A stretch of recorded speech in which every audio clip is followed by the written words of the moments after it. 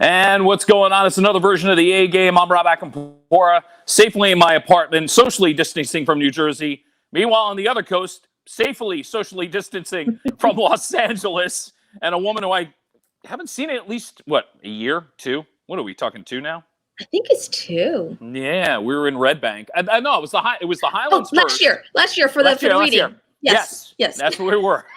We eventually wound up in Red Bank, but it was like going, oh my God, finally after all these years. Yeah. Marilyn Ghigliotti of Clerks. Hello. How you do? Now, if I had known you were wearing glasses, I would have worn mine for this. You know what? If I don't wear them, I can see, but it's very blurry. And then I have to, it's like I have to switch them out because these are for like when I'm on the computer and so that I'm not craning my neck because I have herniated discs. And then these are my bifocals, so I'm at that age already. And on the top, it's all blurry and I can't do that the whole time. So. Now we got that out of the way. You know what? Before we even get started, on a personal note, how's your family doing in Puerto Rico? I saw another earthquake hit there. Yeah, well, they've been getting earthquakes on a regular basis. Yeah. But yeah, and they've mostly been no larger than maybe 4.5, but on average about 3.5 to 4. Yeah. But yeah, they just had a 5.4, 5.5. And, I talked to my mother that same day and she was like, yeah, I felt it. I stayed in bed. So she's getting used to them. That's a scary thing to think about. That it's a 5.5. All right, I'll go up and go to the bathroom now. What the heck? Jeez. Yeah. It's kind of an everyday life, more so there than here, which is crazy to think about. Yeah. It is crazy to think about. The last place I would have ever expected to kind of be flipped on its ear, for lack of a better term, would have been Puerto Rico. And it has been like that for the last year at least, I think. Roughly. Yeah. Well, prayers out to your family. I hope everybody continues to stay safe in that situation. Thank you. Well, they've got the lockdown as well. So they kind of dealing with a lot, and some of the islands still recovering from Hurricane Maria. So exactly. Yeah, it's kind of a tough situation over there. Oh, absolutely. And again, all our hopes and prayers to everybody over there. Thank you. You're quite welcome.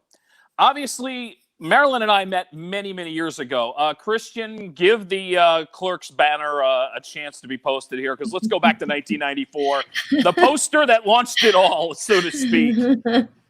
Oh my God, everybody was so young in that photo. Oh my God. Yeah. I look at photos even just like 5 years ago and I'm like, oh, wow, I've really aged in the last 5 years. Oh, stop, darling. No way. I'll never believe that. Oops. This is the greatness of a live podcast. Anything can happen. I love it. It's like, I usually put this down and because of all the whole mic situation that we were having. Right.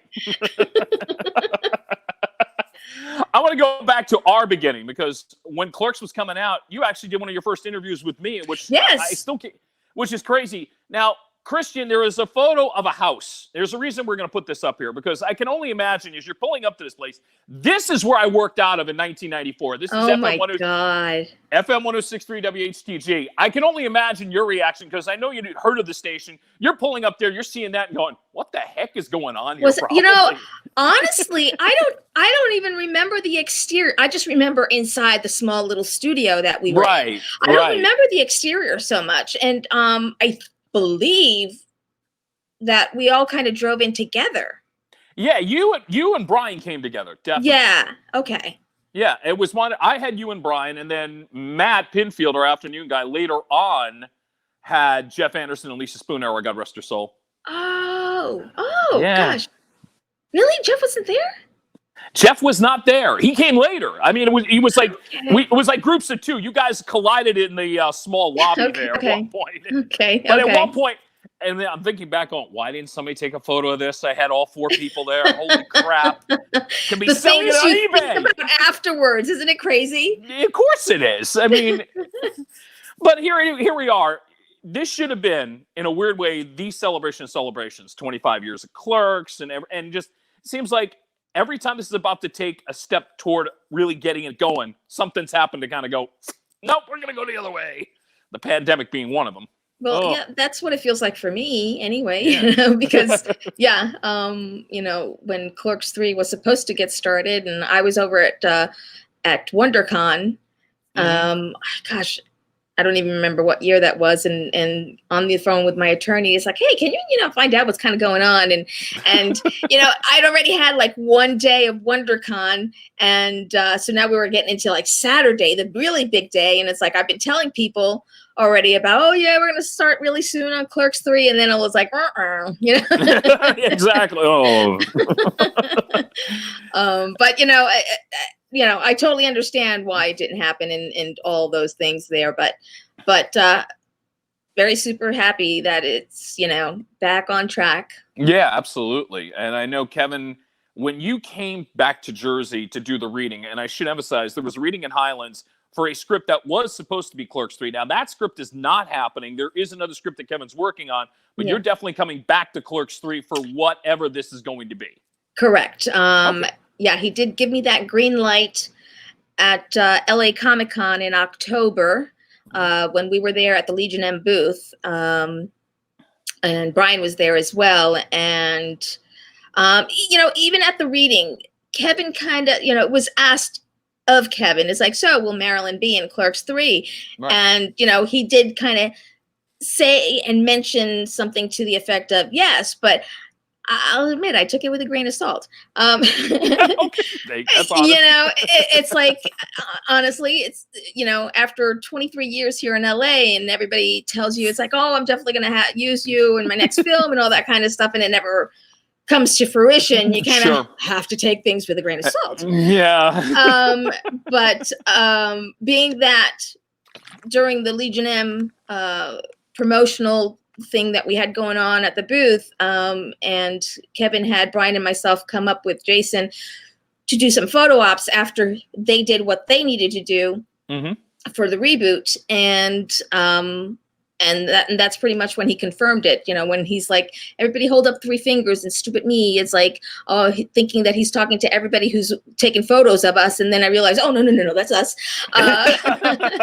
And then I'm holding up 3 fingers, and then the realization kind of hits. It's like, and so I look at him and asked him, and he tells me yes. And I yelled pretty loudly at my enthusiasm about that. I love it. I'm sure there's still this feeling of pins and needles of like, okay, how is my character going to be incorporated into Clerks 3? And I'm sure, because, okay, technically I don't know what the story is, but Kevin has said to some degree what he's doing, and it's basically the story of the story. It's like Randall has a life situation, and he's rethinking his life, and so he's making a movie. So Kevin has put that out there, but as to how, that's my brain is trying to wrap my all around it. And the thing is too, because when we went for the reading, Brian, he thought he had the latest script, right? And where I'm in it, and then I was like, I'm going through it, and I'm like, yeah, what's happening here? Where's Veronica? And Ernie's trying to gather, who's reading what, and I'm like, so, Ernie. He's like, I don't know. It's like, I don't see Veronica in here. And so essentially, I think Brian had like the 4th rewrite, and we read the 7th or 8th rewrite. Wow. I didn't realize they'd gone through that many drafts at that point, but I guess that's neither did Brian. Yeah. Oh, by the way, hey, Christian, there was a photo of Kevin, Marilyn, and Brian O'Halloran from the reading. There you go.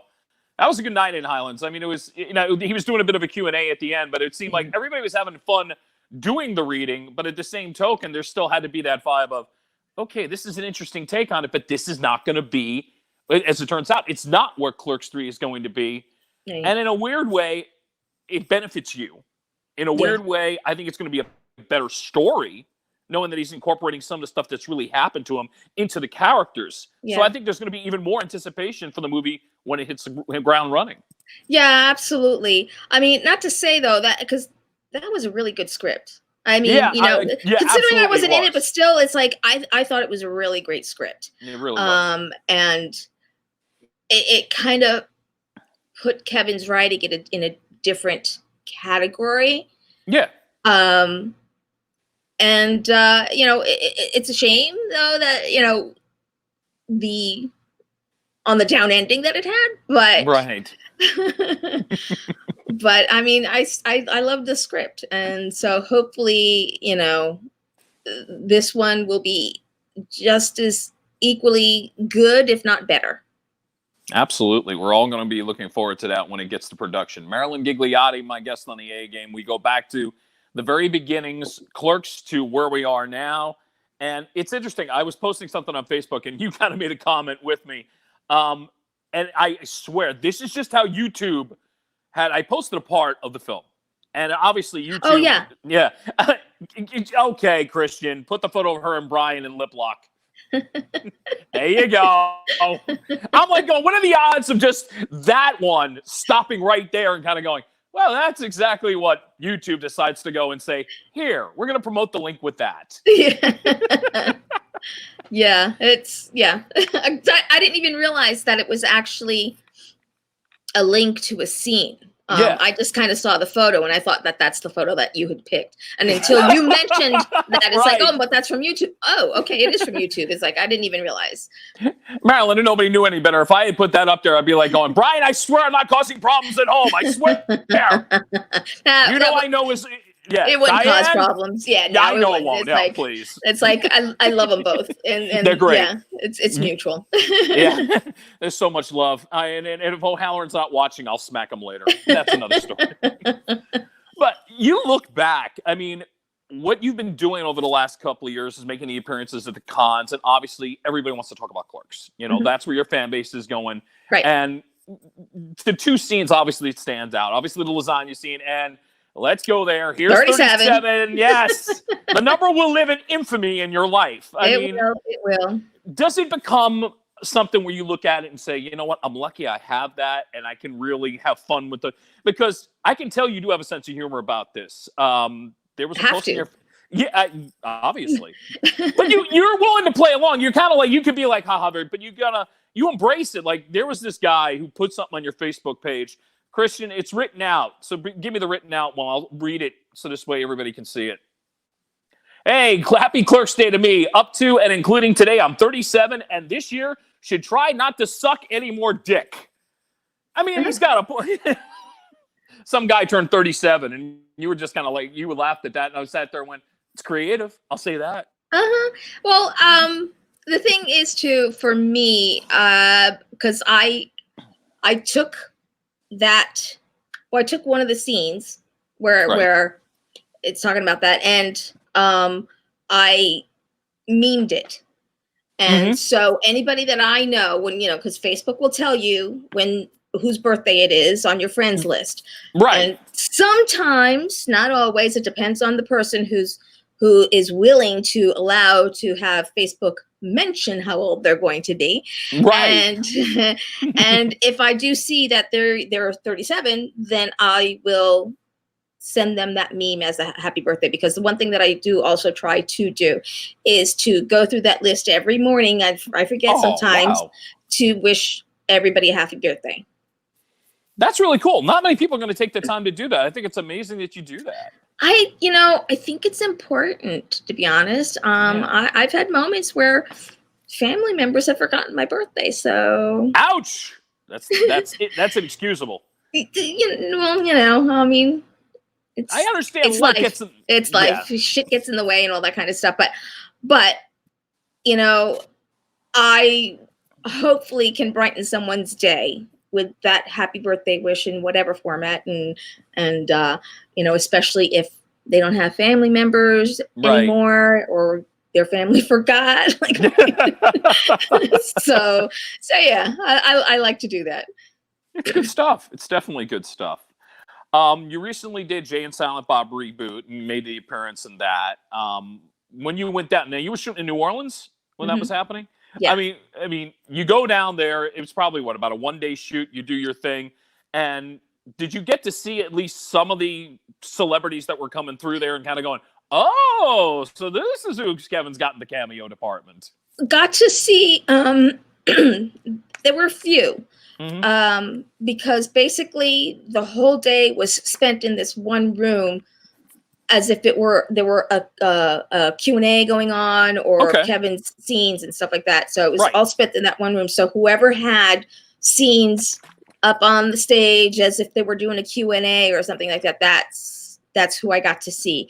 So the creator of Walking Dead, James Vanderbeek, and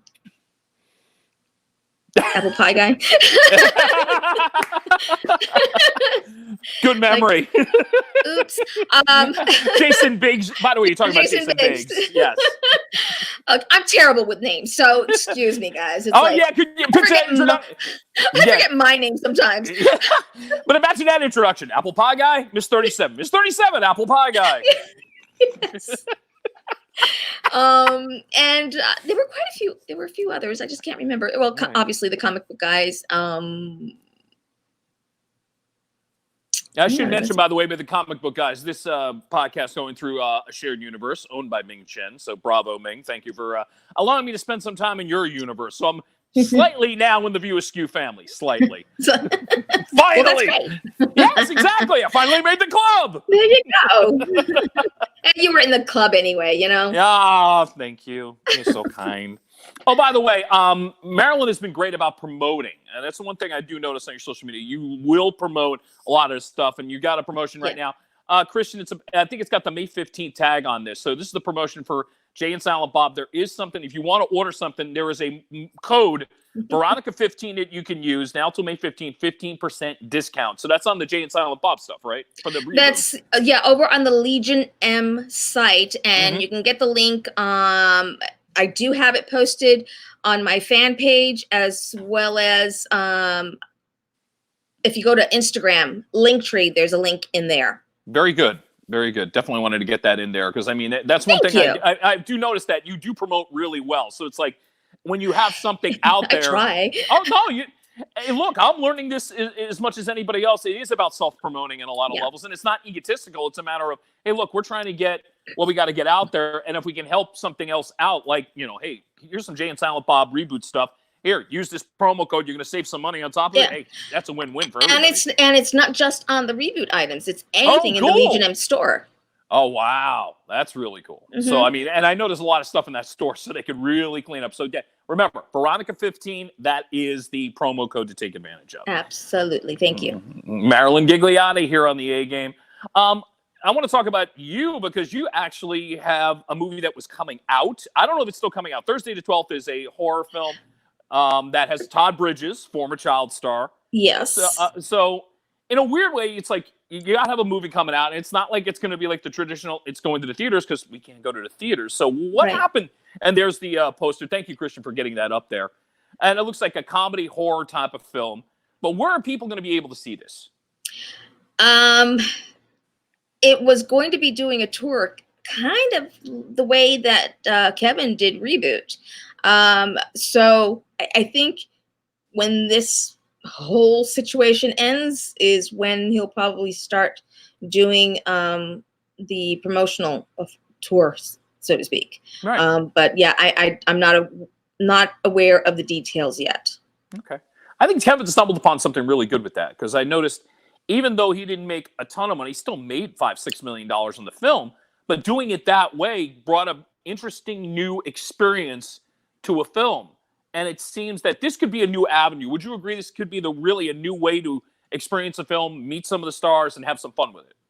Yeah, I think so. And the thing is, too, that you were guaranteed fans. Yes. That know most of the films of the View Askew universe. And, instead of someone who is, oh, let me check this out. I've never seen any of his stuff. Even though there might have been some of those people. But a good majority, I'm sure, were those that follow him on a regular basis. And so that they're going to like it. Oh, absolutely. It becomes, you reach that core audience no matter how you do it by doing it that way. Right. And let me rephrase that, because it's like, there may be those few, as much of a fan of Kevin as they are, there's like, well, there's going to be that one or two. Yeah. Always somebody in the crowd that messes Always it all somebody. Up. Your career, here's the thing a lot of people may not realize. You've worked with some interesting people. I was kind of, I'm looking on IMDb and I'm kind of going back and I know a couple of things, but 3 names stood out in my mind. I mean, you did a film with Claudia Wells. Now, people may not know Claudia, but if you remember Back to the Future, here's the original girlfriend that eventually got replaced by Elizabeth Shue, but she was the one in Back to the Future 1. And it was kind of like, oh, wow, I remember her. Yeah. And there's 2 other names I want to drop at you. Lance Hendrickson, who was like in a weird way, king of sci-fi on so many levels. I remember Millennium on TV, and I remember him just from a funny movie called The Quick and the Dead. I mean, he's done some great work. So that must have been an interesting thing where you walk in, I know his work. Well, it has to... the thing is, it's like lots of times I don't work directly with these people and I'm not on set with them, and I don't meet them until after the fact. Oh, wow. Like Lance, I hadn't met him until we had our rap party, which was, I think, a year after we did the film. Oh, shoot. But he was a pleasure to talk with. Yeah. Claudia, I worked with her only because I also did hair and makeup on the film that we both worked on. And I kind of knew her a little bit before that as well. Right. But the writer-director, and it's sci-fi films that I've worked on with Neil Johnson. So I've worked on like 3 films with him now. 4? Okay. Hey, and there's another name I'm going to throw out there, because she's not exactly known in sci-fi, but in those who are into the, let's say, positive Christian film world, Erin Bethea is a name in that world. So to see her kind of cross over to try to do some other work, I thought was like, not many people are going to know her, but she was all, you're even going, who? I worked with who?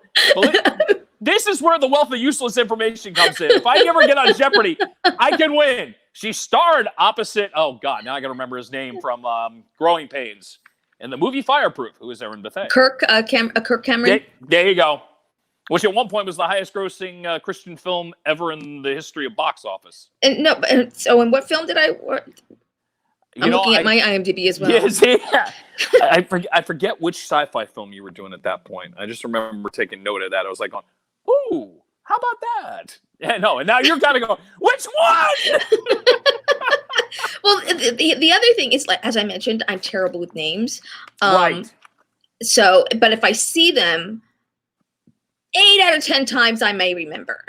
Right. You're going to go, hey! And then you're going on your IMDb page immediately after. Who did I just see? Who did I just see? Yeah.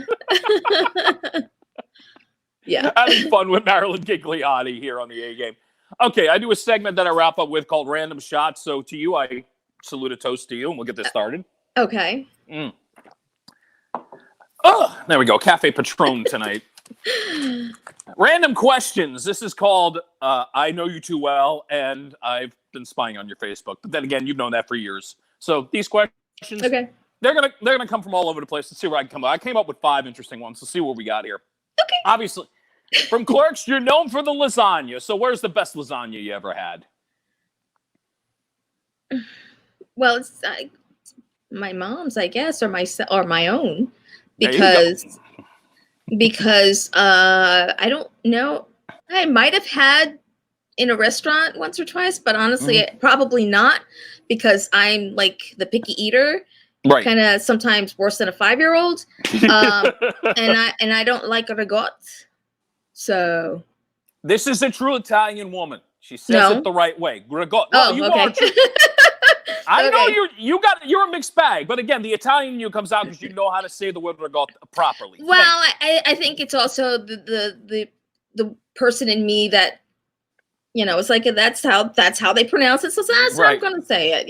Although to me it's sauce, not gravy. But There, I'm telling you, I literally got into a debate on the air when I was working in the Delaware Valley, and it turned into this half an hour of taking calls because a friend of mine, mutual friend of ours, Bob Senkowitz, was known as the Bobbis. He was like a character on my show. And he says on the air, don't call it sauce, call it gravy.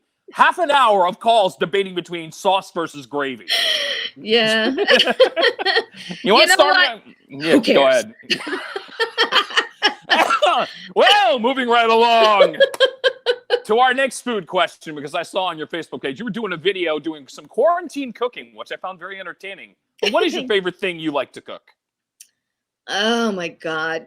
Not so much anymore, actually. I find it to be a chore, to be honest. But these were, the first one that I did was the bread pudding. And I went to go and make it. I'm like, maybe I should videotape this. What the hell? Why not? What the hell? Sure. And so many people enjoyed that I figured it's like, and I wanted to bake that very out of date cake and see what the hell. I'm like, let's do this too. Sure. I feel like those odd types of cookings is a little bit more fun than just following the recipe kind of thing. No, I agree with you. It definitely is more entertaining. So go ahead. I'm trying to think of what else can I do? I also would imagine and I know you well, so I know you got some dietary restrictions. So I would imagine that also takes a little bit of the excitement sometimes out of cooking. Well, yes. And for the last couple of years, realizing that I kind of had to adjust what I eat and how I eat it and all that kind of stuff, it's still a learning curve. I honestly don't have it down. And then, once you go into a lockdown and you're trying to get food and what you're able to eat is not on the shelves, it's like, well, fuck it. I'm going to have to eat things that I'm not supposed to be eating and just kind of deal the best I can with it, Yep. So far, so good, right? Yeah. I mean, I'm not going to say that, my body isn't kind of feeling some of the aches and pains that comes with eating those things that I shouldn't be eating. Right. But then again, I've been dealing with some herniated discs since last year, and I had been doing some acupuncture, and it was just starting to really have the benefits. Right. And shot to shit, once the pandemic hit and I'm in lockdown and can't go and get my acupuncture. So I would say, even though this wasn't a question I was going to ask, the one thing you're probably missing the most during this pandemic is the acupuncture. I can't even say the word. Yes. Especially when I'm trying to get comfortable in bed, or just even watching TV, or just doing whatever work I got to be doing, and then getting up in the morning and just sitting here, it's We'll move away from food and go to music, because we were texting about a month ago, and I found out you were a fan of Loverboy, and I was like, you like Loverboy? And you went, Rob, I have an eclectic taste in music. So I didn't ask you that night because I was going to hold on to it, and I knew I'd be able to pull it out. Give me an example of two bands that are like total opposite ends of the spectrum, but fit what you like. And see, it's like to remember like the names of bands. Well, the thing is, though, I mean, I'm a child of the 80s. It's like I graduated in 1980. Right. Okay. From some school in New Jersey. There you go. But I listened to some heavy metal. I didn't like all the heavy metal. I mean, when it was like super, like, how does your voice not hurt? And then to rock and disco and all that kind of stuff. So it was all over there. I'll go. That answered the question. That works. Christian, get two photos ready here. Who wore? You knew I was going to have a 37 question in some sort. Who wore the number 37 better? Was it Ron Artest, a.k.a. Meta World Peace from the Los Angeles Lakers, from your town that you're living in? Thank you. Or was it Epi Calvin Nuke Lelouch from Bull Durham? Go ahead, Christian. The other photos there. Not that one. You just gave away the last question, Christian. The baseball one, Christian. I love my producer to death, but sometimes there you go. Oh, you know what? I'll take that one. There you go. I knew you'd appreciate that because, again, you probably didn't realize, hey, wait a minute, Tim Robbins wore number 37. See that? I didn't know that. Okay. I had one little trick up my sleeve. Now that Christian gave it away, here's the true or false question. Did you do headshots for teen actor Keith Coogan, who's now an adult Absolutely, actor? yes. And there it is. I can't put that on my page and promote it if I didn't do it. Oh, that's cool. Otherwise, copyright infringement, if I took somebody else's photos. But yes, see, I took those photos. Absolutely. And that's your page is called Images by Marilyn. I know you're not doing a lot of work right now because of the pandemic, but to know you've done headshots for somebody like Coogan and some other people, I mean, that's another creative outlet for you. I mean, do you feel like you're exercising something in you that kind of goes, ooh, I get to do this and this is something cool? To some degree. I mean, I'm not saying it's not the same as acting, obviously, but I'm saying. Well, I mean, I like being creative and I look for other creative outlets. This is the part of me that, it's insecurity and all that kind of stuff. I doubt myself. I doubt my I don't know. I can't get the word that I want to use. I always wind up using that every so often. Obviously, you're referring to self-confidence on some level. Yeah. Yes, I am. It's like I look at other people's artistic avenues and I'm like, oh shit, I wish I could do that. And I wish I could do that. And I want to do some other things. And sometimes, life just gets in the way and I can't do those things. Right. I've been wanting to do that for the last couple of weeks, but no motivation as well. Ooh, well, you know what? I understand that. I think one of the hardest things I think for me during this whole weird thing that we're all kind of living in is trying to be motivated because now we lose a sense of time. In a sense of purpose. So it is good to have at least somewhat of a routine. Obviously, to have this for me on Wednesday nights has been sort of a blessing in disguise because it's like, oh, I got this to look forward to. I can do this. And then, of course, this week it's like going, oh, I get to talk to an old friend. This is really good. This is wonderful. Yeah. But again, outside of that, it's also that, what am I going to do with my time? And it is hard to kind of motivate yourself even sometimes just to get out of bed. So I do get it. I really do. I mean, that's the one thing that I've consistently kind of have been pretty adamant about is getting myself up in the morning. Sometimes it takes me a little bit longer to kind of get rolling as far as doing anything or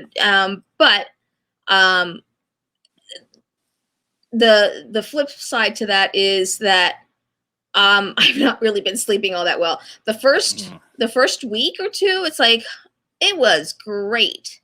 Yeah, I get you. I really enjoyed it. I took that time. I didn't do anything, and that was purposely done because I needed that time.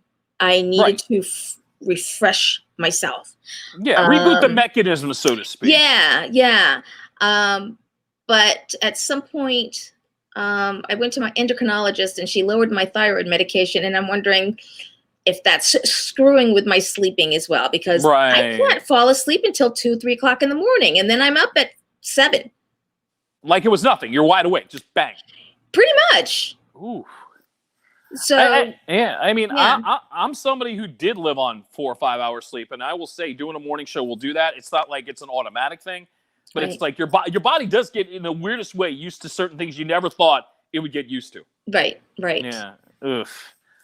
I'm going to wrap this all up because I want to give a plug to something you're doing this weekend. I know we're running out of time. I try to keep this to 30 minutes. I think it's just the best time for me. But it'd be rude of me not to promote this. The Virtual Pop Expo is coming up this weekend. Now, this is the new way of doing things right now because there are no cons. So the virtual con, what can people expect that they can go on to the Virtual Pop Expo 2020 and how do you play into it?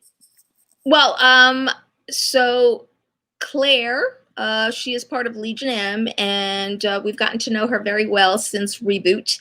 Claire King. I think, yeah. And so she pretty much approached us and to see if we would be interested in this, and absolutely, of course. Sure. So Brian and I, not set in stone yet, but don't worry if you're interested. I will be posting that. There you go. But as of right now, we are supposed to have a Q&A on Saturday evening,